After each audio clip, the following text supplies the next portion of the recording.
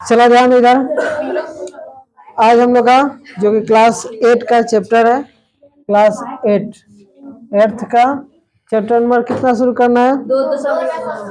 2.2 2.2 को शुरू करना है हम लोग को। ठीक है, 2.2 चैप्टर नंबर शुरू करना है। चलिए शुरुआत करते हैं। देखिए, इसके पहले हम लोग पढ़ चुके हैं एक्स का मान निकालना, यानी हल करना पढ़ लिए थे। ठीक है, हल करना पढ़ लिए थे 2.1 में। आज हम लोग पढ़ना है 2.2 में। ध्यान समझना इसको, क्योंकि इसमें हमको समीकरण भी बनाना है और उसका मान भी निकालना है, इसलिए थोड़ा ध्यान समझना। चलो 2.2 का 1 नंबर क्वेश्चन पे ध्यान दे रहे हैं। 1 नंबर क्वेश्चन क्या है, ध्यान समझना। क्वेश्चन कह रहा है, यदि किसी संख्या के आधे में से 1/4 घटाया जाए तो 1/8 प्राप्त होता है, तो संख्या ज्ञात करें। अब थोड़ा ध्यान समझना, समीकरण बनाना है, थोड़ा सा ध्यान से पढ़ना पड़ेगा और उसके बाद लिखना होगा। तो जिस तरह क्वेश्चन कर रहे हैं उस तरह हम पढ़ रहे हैं और लिख रहे हैं। कराए, यदि किसी संख्या के आधे में से 1/4 घटाया जाए तो 1/8 प्राप्त होता है, तो संख्या ज्ञात करें। संख्या निकालना है तो सबसे पहले हम क्या करते हैं, उस संख्या को एक एक्स मान लेते हैं। तो माना कि वह संख्या बराबर एक्स। मान लियो कि संख्या क्या है, एक्स है।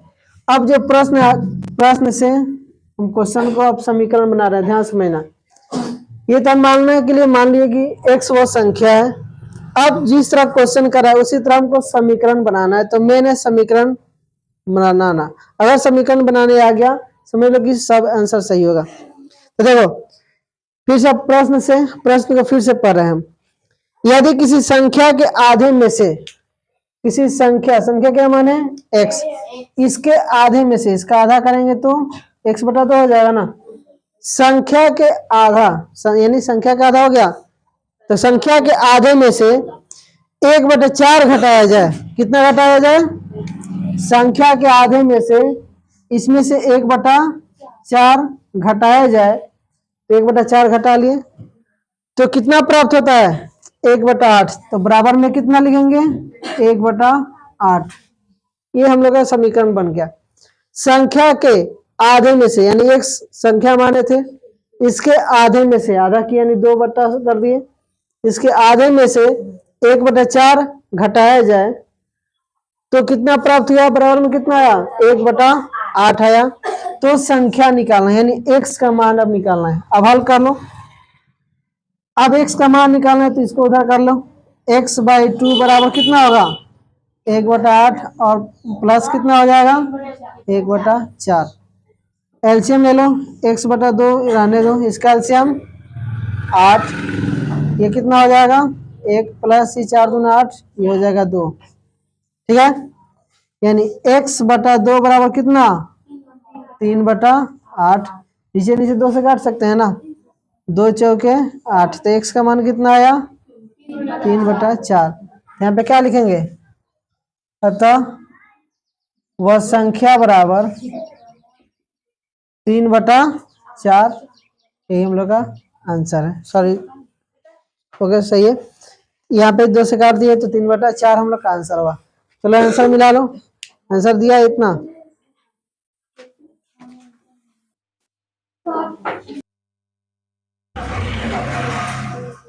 Next question, question number 2 number question पे ध्यान दो। इसका भी समीकरण बनाकर उसके बाद हल करना है, थोड़ा ध्यान समझना। मिटा दे इसे। क्वेश्चन नंबर 2 पे ध्यान दो। 2 नंबर आयत के बारे में है।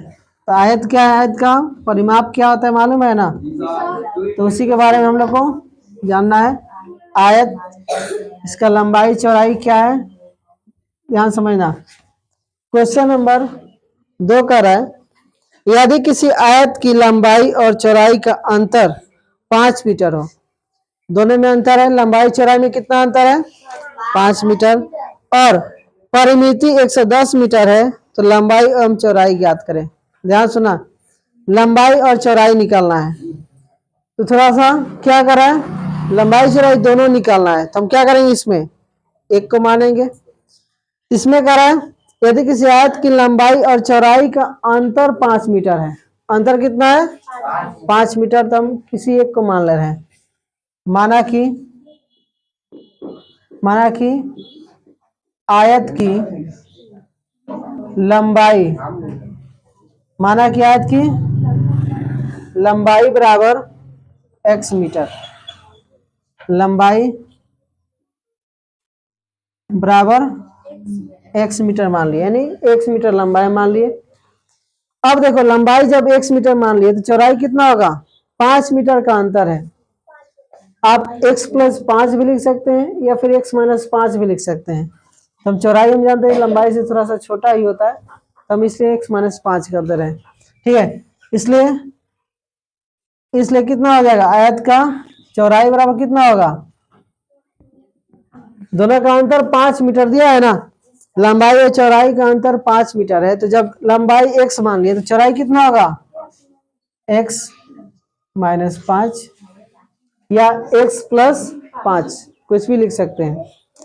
अब थोड़ा ध्यान दो, और यहाँ पे प्रश्न से, यानी अब प्रश्न अनुसार देखेंगे। अब देखो प्रश्न क्या कर रहा है, और यदि परिमिति दिया है 110 मीटर।